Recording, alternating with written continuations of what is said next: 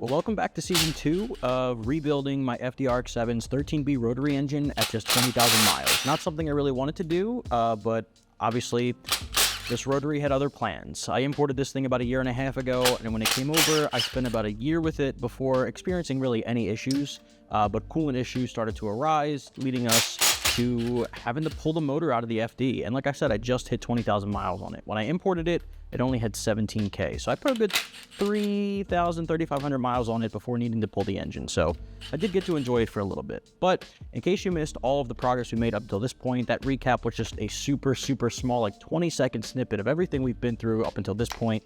Season 1 was about 4 episodes long, each of which was 5 to 6 minutes. So if you have a little bit of time and you want to catch up properly, you want to see every nut and bolt leading up until this point, I highly recommend going to check that out. I'll tag it in the video as well, so you can just head right on over to that playlist and see them all in order. Now this one here, obviously Season 2, we're picking up with the engine off of the car on an engine stand in my garage. So kind of get out of the sunshine and the heat, which is nice for dead of summer. Working in the garage is really nice too, because I'm directly next to the toolbox. I don't have to go back and forth inside and outside. Everything is just exactly where I need it to be.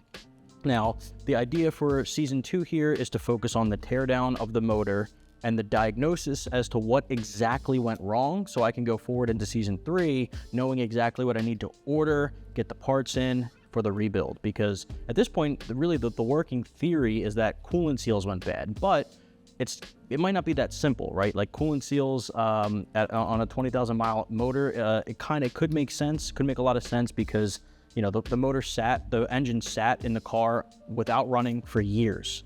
I said in one of the previous episodes, that when I got the car, I got all of the maintenance documentation with it, so I can see like all of the maintenance milestones that it hit. And there's not a lot of milestones to be hit, but there is a lot of paperwork.